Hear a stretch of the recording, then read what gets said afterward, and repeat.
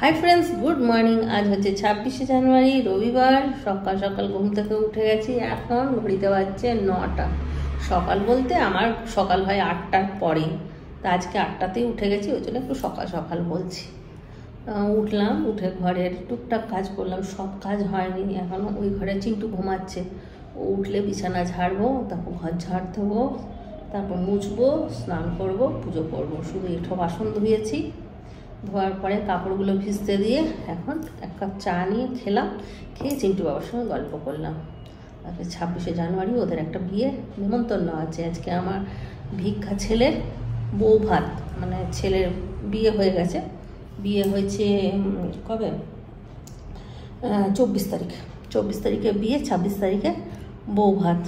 তো সব বিকেলবেলায় যাবে, আমার শাশুড়ি, তারপর চিন্টুর বাবা, রিন্টু, সবাই মিলে যাবে।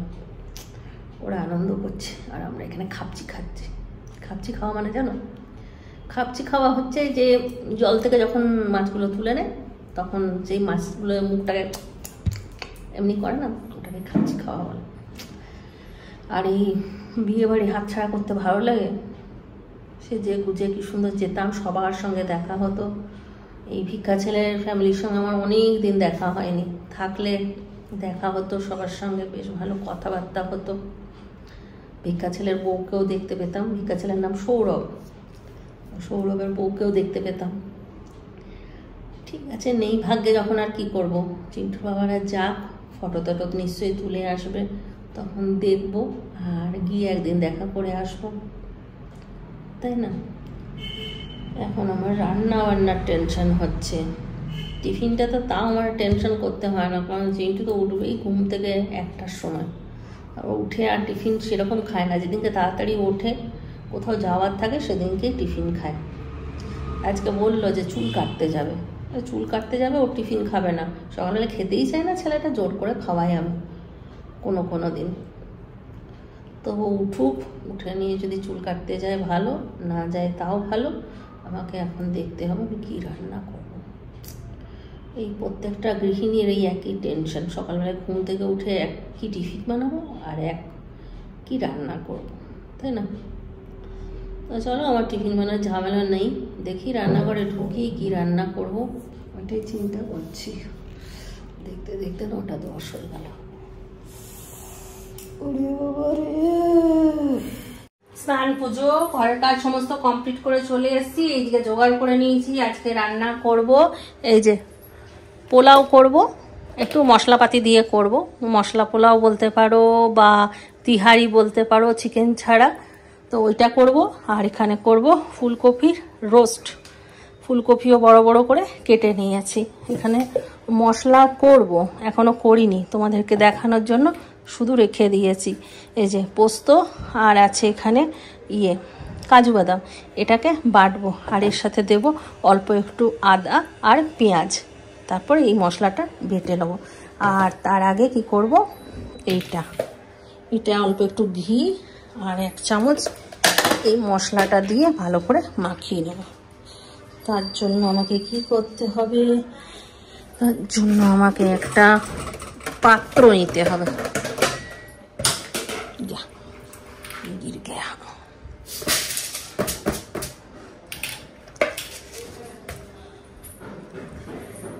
চামচ নিতে হবে।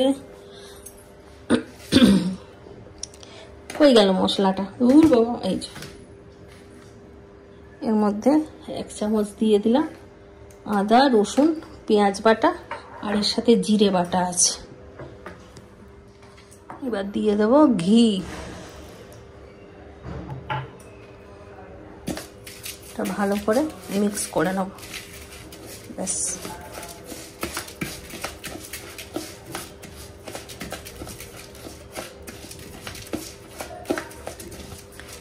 একটুক্ষণ মশলাটা মাখানো থাক, ততক্ষণ আমি ফুলকপিটা একটুখানি ভাপতে দেব। এর আগের দিনের ব্লগে আমার একটা ভুল ধরেছে চিন্টুর বাবা। কোনখানটা বলো তো? ওই যে চোখ দেখানোর দোকান বলেছি, ওটা আমি কি করব, আমার ওখানে নামটা মনে পড়ছিল না। চিন্টুর বাবা বলছে তুমি আমাকে জিজ্ঞাসা করতে পারতে, আমি আবার ক্যামেরা অফ করব, আবার ওকে জিজ্ঞাসা করব, ওরকম হয় নাকি? আমি যেমন আমি তেমন, তাই না? এবার আমি যদি ওইভাবে সমস্ত আগে যদি মাথায় একটা পরিকল্পনা করে পরিপাটি করে তারপর যদি কথা বলা শুরু করি, তাহলে তো সেটা স্ক্রিপ্টেড হয়ে যাবে, তাই না? তাহলে তো ওটা সিনেমা বলা যাবে, ওটা ব্লগ থোড়ি না হবে। আমি যেমন কথা বলি, যেমন আমার মুখে আসে সেটাই তোমাদের সামনে তুলে ধরলাম, তো সেটাই তো হচ্ছে রিয়েলিটি। আর ব্লগ মানেই তো রিয়েলিটি, থোড়ি না ফেক। ওইটাই কে বোঝাবে ওকে? প্রথম তো আমি রেগে গিয়েছিলাম, তারপর আমাকে বোঝালো, বললো যে না কি বলে আমি ধরলাম, ওইভাবে তো অনেকেও ধরতে পারে। তখন তোমাকে যদি কেউ বলে উল্টা পাল্টা কথা বলতে জানে না বা কিছু, বলবে এটা সবার মাথায় রাখতে হবে যে যেটা আমি দেখাচ্ছি এটা আমার রিয়েল স্টোরি, নট আমার এটা কোনো স্ক্রিপ্টেড, এটা কোনো সিনেমা নয়, তাই না? কিন্তু পরে মেনে নিলাম, নিয়ে বললাম যে ঠিক আছে। বলেছি না, ভুল স্বীকার করতে আমার লজ্জা লাগে না।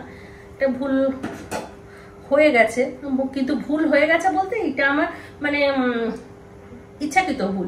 সেই মুহূর্তে আমার মনে পড়ছিল না যে ওটার নাম অপটিক্যাল, ওইটাই ভুল হয়েছে।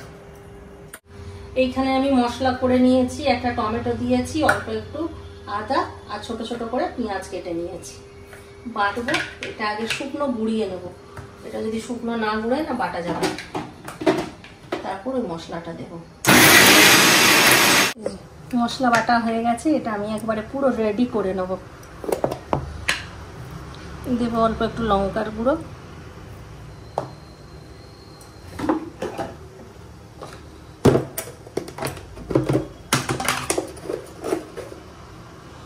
নুন,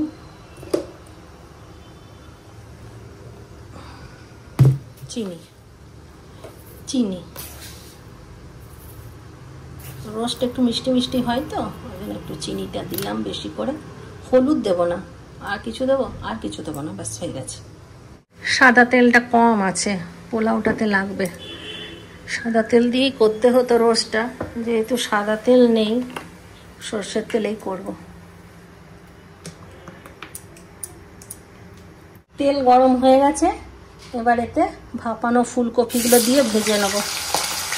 বেশ লাল লাল করে ভাজবো। আমি ফুলকপিগুলো ভেজে তুলে নিয়েছি, এবার তেলের মধ্যে দিয়ে দিচ্ছি বেটে রাখা মশলা। মশলা কষানো হয়ে গেছে, ফুলকপিগুলো দিয়ে এবার ভালো করে কষাবো।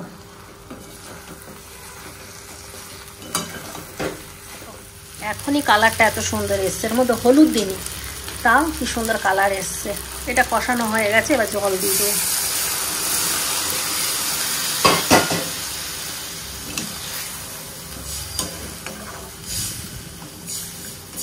রোস্ট কমপ্লিট, দিয়ে দিচ্ছি একটু ঘি, গরম মশলা,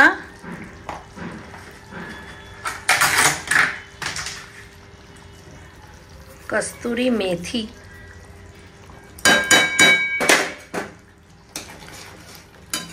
দুর্দান্ত হয়েছে, দুর্দান্ত। কড়াই গরম হয়ে গেছে, দিয়ে দিয়েছি সাদা তেল, তারপর তেজপাতা, গোটা গরম মশলা, আর এবার দিয়ে দেবো পেঁয়াজ।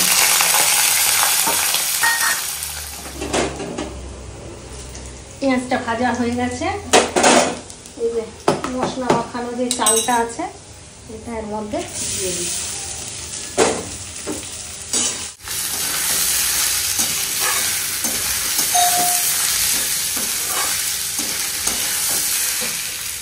চিন্টু এসে গেল।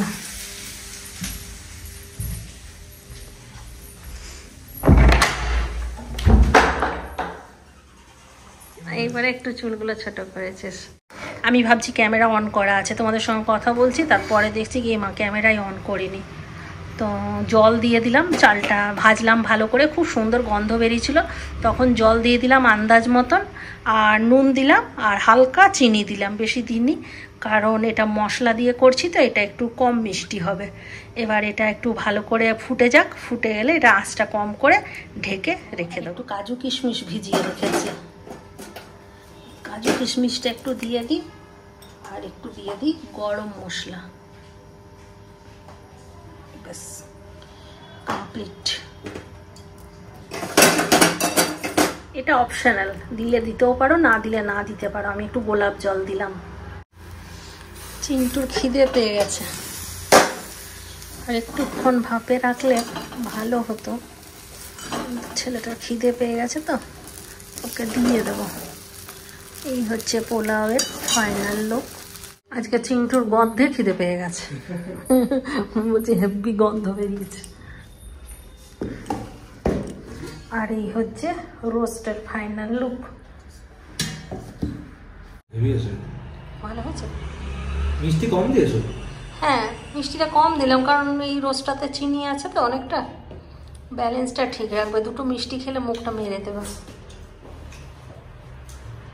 ভালো। কেনা বিরিয়ানিগুলো না মিষ্টি কম থাকে তো ভালোই লাগে। হ্যাঁ হ্যাঁ, ওই রকম টাইপেরই। বিরিয়ানি কাম পোলাও, তিহারি, চিকেন ছাড়া। Good evening friends.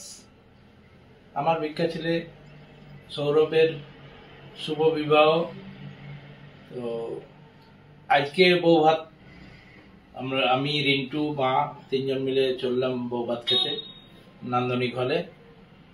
আমাদের যে মা আর আমি দুজন, আর রিন্টুকেও দেখাচ্ছি আমাদের লোক। রিন্টু বিয়ে বাড়ির জন্য সাজুগুজুতে রেডি। চলো, একদম রেডি। খুব সুন্দর লাগছে রিন্টুকে। হ্যাঁ, লাগছে তো।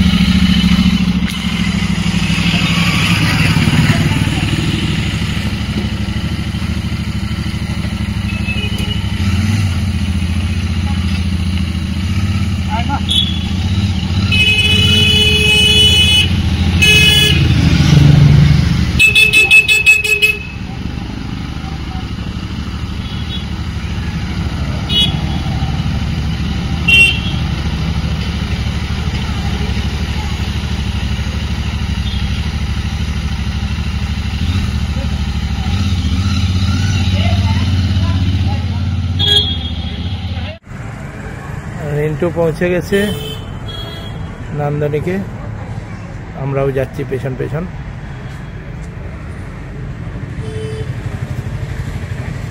এই যে সৌরভ, কোথায় চললে? বাড়ি যাচ্ছি। আচ্ছা আচ্ছা, মা বাপি। আচ্ছা ঠিক আছে, ঠিক আছে, এসো। হ্যাঁ হ্যাঁ, ভালো আছিস? হ্যাঁ ভালো।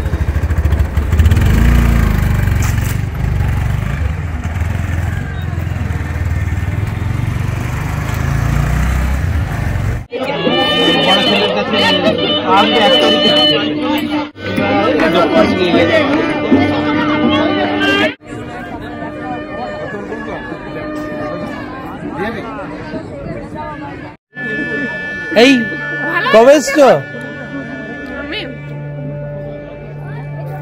ভুলে গেছি। সৌরভের জেঠু বিশুদা, ভালো আছেন? হ্যাঁ ঠিক আছে তো। হ্যাঁ হ্যাঁ, আর দেখি ফেসবুকে মাঝে মাঝে ছবি দেখতে পাই, সব দেখতে পাবেন। বিশুদা সৌরভের জেঠু, ছোট ছেলে আর আমি, আর মা এসছে। হ্যাঁ হ্যাঁ, মাকেও দেখলাম, দেখিনি তো।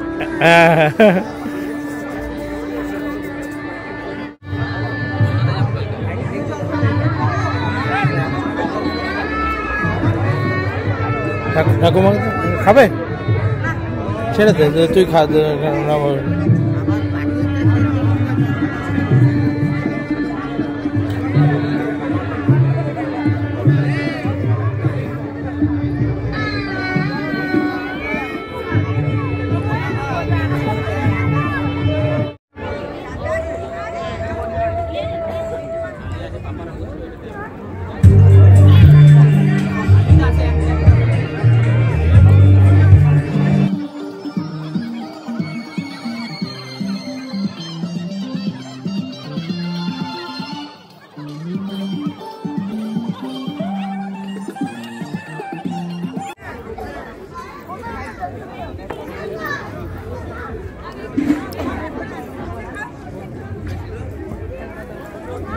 রোগের বাপি মুকুলদা এমনি ভালোভাবে সেদিন বরযাত্রী ওখানে বিয়ে বাড়ি সব ভালোভাবে আসছে। ঠিক সৌরভের জেঠিমা। হ্যাঁ হ্যাঁ বসি।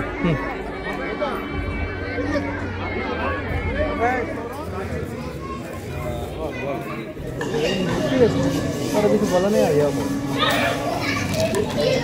यहीं लोग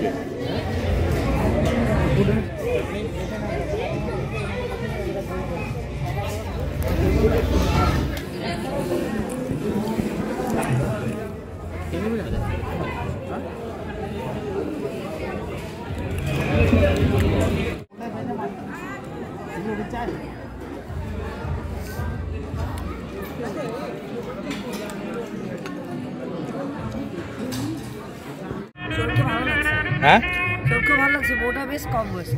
হ্যাঁ হ্যাঁ দাদা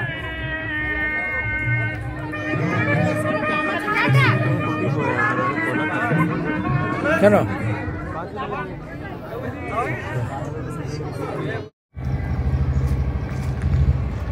বিয়ে বাড়ি খাওয়া দাওয়া হয়ে গেল আমাদের। এবার আমরা বাড়ির উদ্দেশ্যে রওনা হচ্ছি।